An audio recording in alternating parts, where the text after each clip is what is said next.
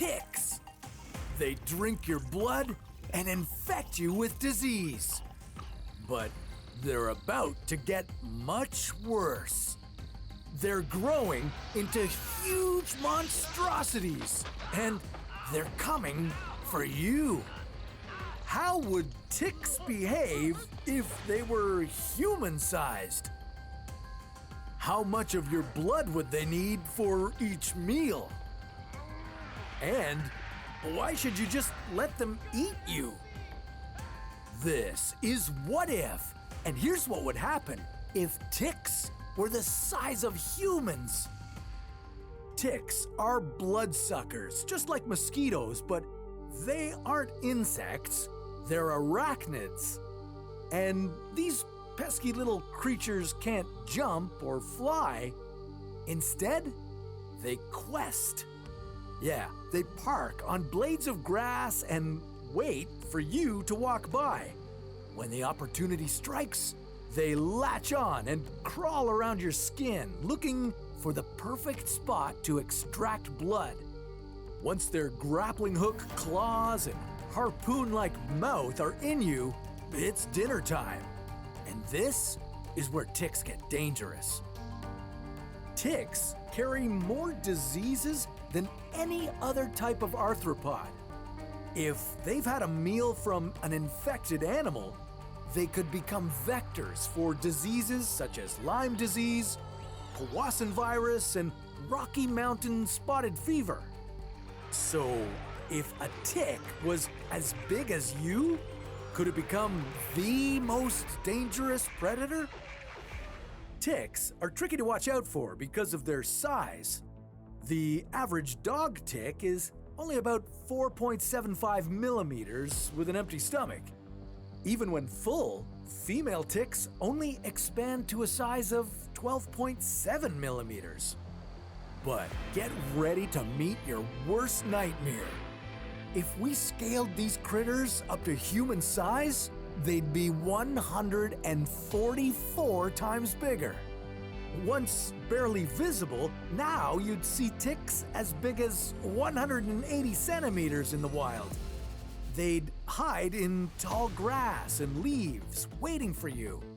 And hopefully you find them before they find you.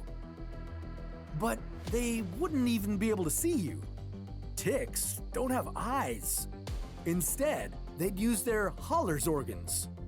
These are sensors on their front legs that allow them to detect heat radiating off warm-blooded animals. Yeah, if you got close enough, they'd run at you with their massive claws, and if they latched onto you, it wouldn't be the same experience as usual. No, it would be like being stabbed with giant hooks made of serrated knives. These would cause devastating injuries. If you tried to remove them, you'd start to bleed out. Usually, small ticks take hours to find the perfect spot to dig in for a meal, but with all the fresh blood pouring out of your wounds, they'd sit down for dinner right away.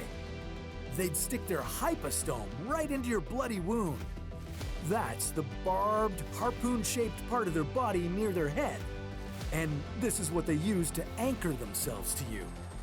Trying to remove an average-sized tick is tough enough, but at this new monstrous size, trying to remove it would pretty much rip your insides to shreds. Yeah, you'd have to choose between two terrible options. Remove the tick and see if you survive, or try to relax and let the creature get its meal.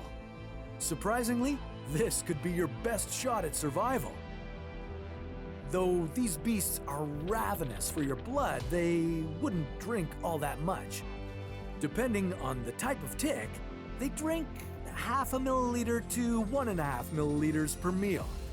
Scaled up 144 times, they'd only drink 72 to 216 milliliters. That's a pretty small snack for such a big creature, so maybe you can relax knowing they wouldn't drink you dry. But that wouldn't mean things aren't going to get even scarier. The tick would now swell to an even larger size. A female tick would be storing your blood for its eggs. If you managed to roll the heavy tick off your body, now would be the time for some serious first aid. Or better yet, a trip to the hospital. There would be over 3,500 different proteins from their saliva in your body that were designed to give them the best feeding experience. These anticoagulants make sure your blood flows nicely. One of these proteins creates a lake of blood for the tick to feed off.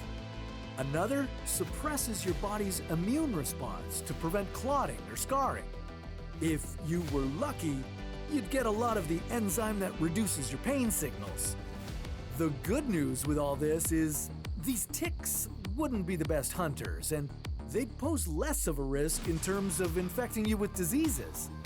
Ticks are small and stealthy because that's evolutionarily favorable for them. And why devour you for one small snack when they can bring their family and feed off of you altogether? Can you imagine being bitten by 1 million ticks? Well, that's a story for another What If.